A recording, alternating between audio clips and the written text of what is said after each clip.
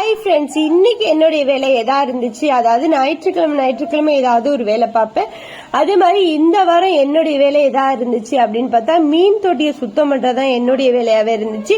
எதனாலன்னு கேட்டா மீன் தொட்டி ஃபுல்லாவே செம்ம அழுக்கா இருந்துச்சு. தண்ணி வத்தினதுக்கு அப்புறம் ஃபுல்லாவே அப்படியே உப்பு பொறிஞ்சு போயிருந்துச்சு.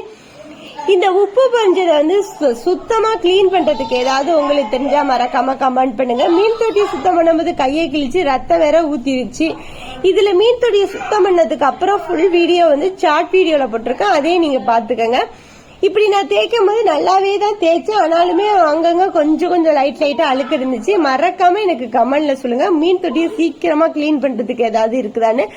அதுக்கப்புறம் இந்த கல் எல்லாத்தையுமே சோப்பாயில் போட்டு நல்லாவே அலசி கழுவி எடுத்துக்கிட்டு அந்த செடிங்கள் எல்லாமே பிசு பிசுன்னு இருந்துச்சு. அந்த தண்ணிக்குள்ளேயே கிடக்குது பாத்தீங்களா. அதனால அதாவது எந்த ஒரு பொருளா இருந்தாலும் சரி தண்ணிக்குள்ளேயே கிடந்தா அது என்ன ஆயிடுது அப்படின்னு கேட்டா, ஒண்ணு வளவலன்னு பிசு பிசுன்னு போயிடுது, இல்லாட்டினா அது ஒரு மாதிரியாவே ஆகுது. அதாவது தண்ணிக்குள்ள எதுவுமே கிடக்க கூடாதுக்கு மீனை தவிர வேற ஏதாவது கிடந்தா இந்த மாதிரிதான் ஆயிடுது.